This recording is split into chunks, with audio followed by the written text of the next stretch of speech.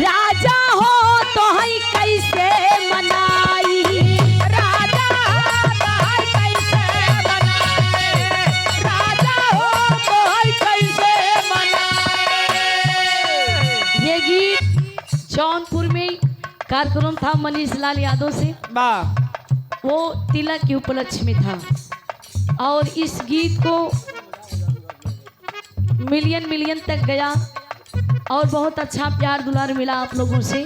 कहना है राजा हो तो है कैसे मनाई, राजा हो कैसे मनाए, राजा हो कैसे मनाए। रतिया में लागई ना हमरा यहू भाई, रतिया में लागई ना हमरा यहू भाई, दुल्हा हो तो है कैसे मनाई, राजा हो कैसे मनाए, राजा हो कैसे मनाए। पीते बलपनवा हो आई गई जवानी, बल बनवा हो आई गई जवानी, बल बनवा हो आई गई जवानी। रही रही के रही रही के रही रही पे सजियाई पे ले अंगड़ाई, रही रही के सजियाई पे ले अंगड़ाई, राजा हो तो है कैसे मनाई, राजा हो कैसे मनाए, राजा हो कैसे मनाए। काजा नहीं दे सहारा वाली कजा रह, काजा नहीं दे शहर वाला कजरा काला नहीं दे, शहर वाले कजरा काला नहीं दे। आन के बलमुआ का पेड़ा मिठाई, पेड़ा मिठाई हो पेड़ा मिठाई। आन के बलमुआ का पेड़ा मिठाई, अरे अपने बलम का भी कोई दी बजर है, काजा नहीं दे सहारा वाली कजर है, काजा नहीं दे शहर वाले कजरा काला नहीं दे, शहर वाले कजरा काला नहीं दे। आन के बलमुआ का सेजा सुतावई, तेजा सुतावई हो तेजा सुतावई, तेजा सुतावई हो तेजा सुतावई। आन के बलमुआ का सेजा सुतावई। पुरनिया कहन आपन लड़किया दूसरे के मेहरारू बड़ा नगद लागत है, जैसे ही आपन लड़किया कितना माटी कीचा में खेले रहे भैया तो के झाड़ पोंछ के कहे हमार भैया है, हमार सुग्गा है, हमार पुलुलुआ ये पुलुलुआ है। यह की प्यारे वाली अच्छा प्यार का भाषा है।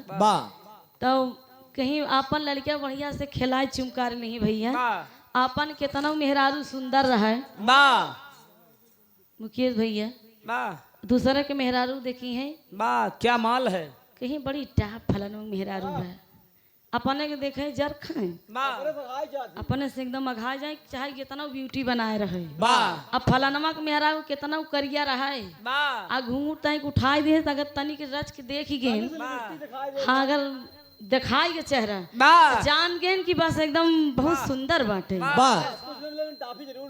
लेकिन कहना का बा आन के बलमुआ का सेजा सुतावई, अरे अपने बलम का बिछाई दी कोन रह, काजा नहीं दे सहारा वाली कजा रह, काजा नहीं दे शहर वाले कजरा काला नहीं दे, शहर वाले कजरा काला नहीं दे। लास्ट लाइन में कहना बा आन के बलमुआ से हंसी हंसी बोलई, फांसी बोलाई हो, फांसी फांसी बोलाई, फांसी फांसी बोलाई हो। फांसी फांसी फांसी फांसी ए भैया हंसी हंसी भैया, ऐसा ना अकेल जी 5 भैंस बाने हैं, तब खूंटा कई है, तब का करे नहीं तो इस सूचना पहुंची सवेरे आन के बलमुआ से हंसी हंसी बोले,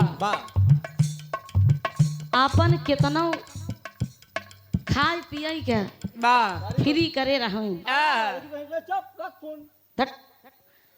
केतना खाए पिए के फ्री करे रहे वाह लेकिन मेहरारू का हमेशा कम रहता है। वाह आज दाल कम बा, कल नून कम बा, मिर्चा कम बा, तमाम मेल का वाह लड़कियन का ओढ़ना कपड़ा हर एक चीज कम बा। अब मनसेधु बेचारा ईंटा गारा करे चाहे नौकरी करे वाह वो हमेशा पाई पाई से सब चीज लियाई के देत रहे। बेचारा वहाँ लिहाड़ी का काम करत है यहाँ जैसे हदी पदी में देवर लोगन लगई जैसे बैठ ही गेन। अरे भौजी अगर भौजी कहीं देहन देवर लोगन तो समझ ला एकदम मामला सेट हो गया। यही से कहना बा आन के बलबुआ से हंसी हंसी बोलई